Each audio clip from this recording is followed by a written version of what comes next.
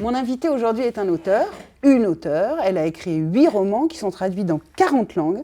Elle nous parle et elle nous touche droit au cœur, puisqu'elle est dans le trio de tête, on va dire ça comme ça, des auteurs les plus lus en France. Le tout à 34 ans. Bon, alors là, si c'est pas bientôt, mesdames. Bonjour Mélissa Dacosta. Bonjour. Et bravo. Merci. On peut vous dire bravo, ça vous fait plaisir? Bah oui. Vous réalisez ou pas? Oui, enfin je pense. Ça a changé quelque chose dans votre vie, le succès comme ça? Je pense que ça a changé quelque chose intérieurement, plutôt. Tant mieux. Que voilà, j'étais quelqu'un qui... Enfin, j'écris depuis toute petite, donc depuis à peu près à l'âge de 7 ans. Et pendant des années, j'ai eu honte d'écrire comme si ce n'était pas quelque chose de valorisable. Je l'ai caché pendant longtemps. J'ai autorisé des proches à me lire. J'avais 25 ans, pas avant. Incroyable. Donc pendant longtemps, c'était quelque chose que je vivais, moi, toute seule, un petit peu en secret. Et puis aujourd'hui, déjà, ça a complètement changé. Là, on est au courant. Là. On était toutes avec votre bouquin là, cet été. Là, on avait tout ça. D'ailleurs, très bien à lire, très fatigant. À tenir. Mais très fatigant. C'est vrai. Non, mais il faut faire un truc. Il faut inventer un objet où on est allongé et on ne tient pas le bouquin, tu vois, parce que c'est vraiment très fatigant. Non, mais franchement, il faut que je vous fasse un petit reproche quand même. Oui. Voilà. Vous écrivez.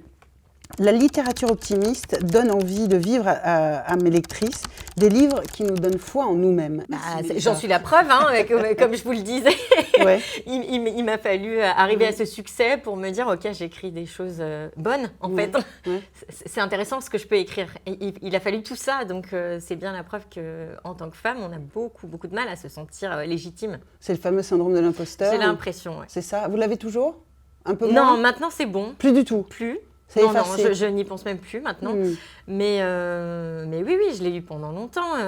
Pendant 2-3 ans, j'avais des romans qui sortaient, qui commençaient à se vendre un petit peu partout. Et je continuais de dire, je suis chargée de communication et j'écris un petit peu à mes heures perdues. Il faut dire que vous n'êtes pas aidée parce que dans ce milieu littéraire, vous avez 3 défauts. Vous êtes jeune, vous n'êtes pas du sérail et vous réussissez magistralement. Donc ça fait quand même beaucoup. Ça fait beaucoup contre vous au départ. Hein. Je pense que le milieu littéraire, c'est un milieu qui fonctionne un peu à l'entre-soi. Ouais. Un peu snob. Un peu snob. Ouais. Et puis, il y a quelque chose du... Alors, je ne vais peut-être pas aller aussi loin que le mépris de classe, mais il y a un petit peu quelque chose comme ça. On est beaucoup d'auteurs à succès actuellement à venir de l'auto-édition, donc à être arrivés là par nos propres moyens et à venir de classes sociales qui n'ont pas les codes, qui n'ont peut-être pas le langage. Et donc, je pense qu'il y a un petit peu de ça qui se joue aussi. L'auto-édition, ça veut dire que vous écrivez votre texte et puis vous l'envoyez... Je le dépose sur Internet. Voilà, mais faute de maison d'édition ou... Non, moi, je ne voulais pas. En fait, je n'avais pas envie Justement, je n'avais pas une très, très bonne image de ce monde littéraire. J'avais l'impression que de toute façon, à moins d'avoir le réseau d'entrée via un contact, je ne serais jamais lu. Ouais. Je ne serais qu'un manuscrit parmi les autres sur une pile de manuscrits jusqu'au plafond. Donc, je n'ai même pas voulu essayer. Donc non, j'ai décidé de déposer mon manuscrit sur Internet et de me confronter au lecteur, en fait.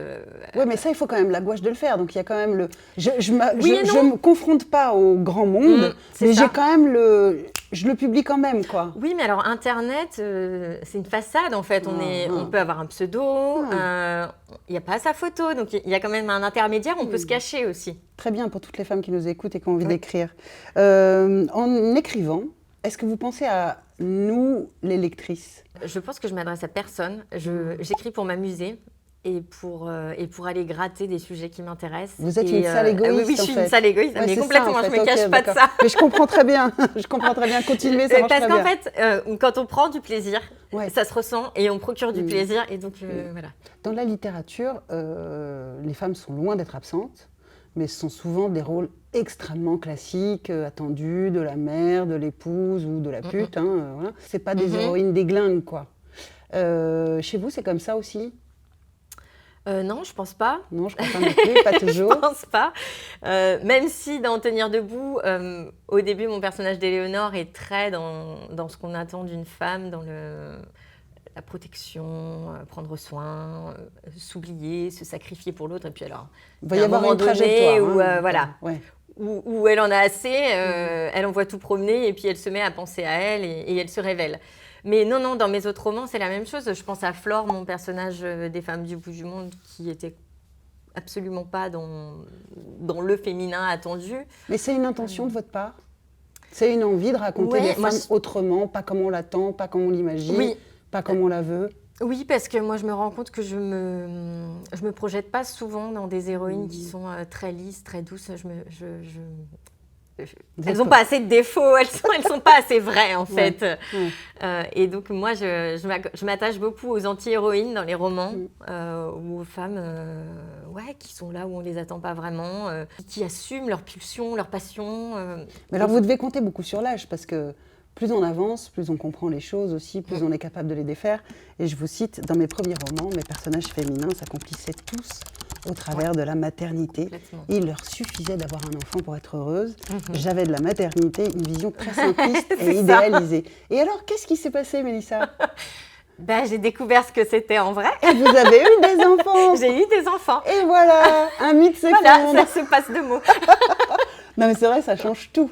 Mais évidemment. C'est fou comme on a des images sur nous-mêmes, des attendus, etc. Donc il y a beaucoup de choses que vous allez découvrir encore. Ah oui, et puis déconstruire, oui. Ce goût pour les femmes, il vous vient d'où ? J'ai l'impression qu'il y a un peu de colère. Un peu de colère, je sais pas, mais je sais que moi j'ai grandi dans une famille 100% féminine. Non, j'ai un père, mais on est 3 filles. Et j'ai perçu cette inégalité, cette différence de traitement à l'extérieur. Chez moi, on n'était pas là-dedans. Oui.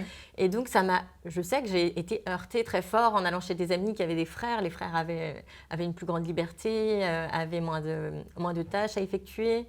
Donc, je pense que j'ai été heurtée plus fortement que si je l'avais vécu et intégré dans mon enfance.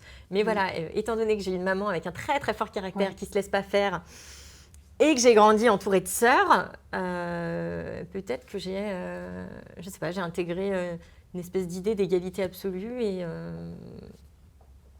que ça m'est resté. Et vous aimeriez que ce soit ça qu'on retienne de vos livres ? Ces personnages de femmes. Oui, Mélissa Lacosta, elle écrit des femmes vraies, réelles, avec des défauts, avec des aspérités, avec... Ouais, ça me plairait beaucoup. Ça vous plairait ? Je reviens sur la sexualité, c'est facile à écrire ça ? Alors, c'était absolument pas facile dans mes débuts. J'ai mis très longtemps à oser écrire des scènes de sexe. Au départ, sur mes 2 premiers romans de jeunesse, justement, c'était très flou. Alors, ils s'embrassaient et puis, il y avait une coupure et on les retrouvait après coup. On comprenait qu'il y avait eu un rapport sexuel, mais je n'osais pas l'écrire. Ouais. Et puis, il y a eu la doublure où je me suis dit, non, allez, il faut y aller, il faut se lâcher. Pourquoi ? Parce que je gagnais en assurance. J'avais envie d'écrire du noir, du cru, du vrai. Et j'avais besoin d'y aller, je ne saurais pas pourquoi. Peut-être pour donner un grand coup de pied dans cette image qui commençait à être créée autour de moi après le bleu du ciel. Voilà, la fille écrit des beaux romans d'amour, belle. c'est gentillet. C'était le moment, j'en avais besoin. Et puis une fois que la doublure a été écrite, après ça y est, j'avais brisé les murs et puis maintenant c'est parti. Donc partout, et je m'amuse, j'ai plus de gêne. Partout où on vous enfermera, partout vous mettrez un coup de pied dans la porte. Je vais essayer, oui. C'est bien. Oui. C'est formidable. Vous êtes déjà mesdames en fait. Et rencontrer les lectrices, d'abord c'est très exigeant, il faut que je le dise, parce que c'est épuisant de faire un salon du livre. Oui, on dirait pas. On dirait que les auteurs, ils sont assis, ils disent bonjour, machin, ça, mais c'est très fatigant. Émotionnellement, et oui. Oui, vous avez écouter, entendre, absorber, se souvenir du prénom. Oui. Tout ça, c'est très difficile. Oui, on dirait pas, mais oui. Et toute la journée, et quand vous signez 300 livres dans la journée, c'est éprouvant. Il y a des gens que vous avez rencontrés, il y a des femmes dont vous vous souvenez ? Ce que vous avez dit, c'est très émouvant et c'est vrai, c'est très émouvant, c'est très fort. Quand on parle d'histoire de femmes, les femmes entre elles viennent. C'est pas anodin de lire un livre et de venir dire à l'auteur. C'est pas du tout anodin. Il y a quelque chose de soi très intime qu'on vient dire. Complètement. Il faut. On est vite dans la confidence, dans les larmes, dans l'émotion. Ouais. J'ai des femmes dont je me souviens. Peut-être celle qui m'a le plus touchée, mais c'est particulier par rapport à son vécu. Et c'était à mes tout débuts en plus. C'est une dame qui devait avoir une soixantaine d'années, peut-être plus tôt, et qui m'avait écrit suite à la lecture de Tout le bleu du ciel sur un blog. Et c'était au début, donc je répondais encore à tout le monde, j'échangeais des mails. Elle s'était mise à se confier. Je crois que son mail commençait par 164 jours que j'ai perdu mon fils, il s'est suicidé. Et pour la première fois, je me sens bien. J'ai terminé votre roman et c'est le premier jour depuis son départ où je me sens bien. Et donc, on s'est mis en place une correspondance entre nous deux par email. Et plus elle me racontait l'histoire de son fils, et plus ça faisait écho à mon roman Les lendemains que j'étais en train de terminer. Ouais. Et il y avait des points communs très troublants. L'âge de mon héros, dans Les lendemains, j'avais aussi un jeune homme de 33 ans qui décédait. Il avait le même métier, leur petit frère s'appelait pareil. Ils avaient tous les deux un petit frère qui s'appelait pareil. Et c'était très, très, très troublant. Et je savais qu'elle venait me voir en dédicace pour la sortie de Les lendemains. Et j'avais décidé de... J'ai tellement été touchée par son histoire, j'ai décidé de dédier, vous savez, on peut mettre en exergue, on peut dédier ce roman à, et donc je lui ai dédié à elle et à son fils. Et elle ne le savait pas, et donc elle a découvert ça en venant me voir en dédicace. Wow. Et je pense que c'est la rencontre la plus forte que j'ai pu connaître. Elle s'est effondrée en larmes dans mes bras, et plus personne ne comprenait, et on se serrait dans les bras très très fort. Et voilà, ça fait 4-5 ans, mais c'est encore, je pense que c'est encore une de mes plus belles rencontres. Ouais, c'est très fort. Ouais. C'est plus grand que soi, en fait. Ah oui, ça nous dépasse, ouais. Ça va bien au-delà c'est pas une simple fiction, en fait. Il se passe des choses derrière les livres. J'étais vraiment ravie et félicitations, Mélissa. Vous vous imposez dans un monde qui ne vous attendait pas. Et à votre manière, chapeau pour ça. C'est un très beau compliment. Merci. Je le pense. On va faire un selfie pour finir. Ça vous va? Oui. Alors, vous savez, il y a un truc avec les... Est-ce que vous savez faire un selfie? Je crois, mais peut-être que les jeunes vont me dire que je ne sais pas. Non, ce n'est pas les jeunes, c'est les autres. Allez-y, on va voir si vous savez faire un selfie avec une fille de mon âge. Alors, hop là. Déjà, alors regarde, voilà. Bon, alors, s'il faisait beau, on verrait la tête. Ah, on la voit. Ah, on la voit. Pas mal, c'est beau. Parce que c'est en haut, et du coup, hop, je peux le faire. Tadam.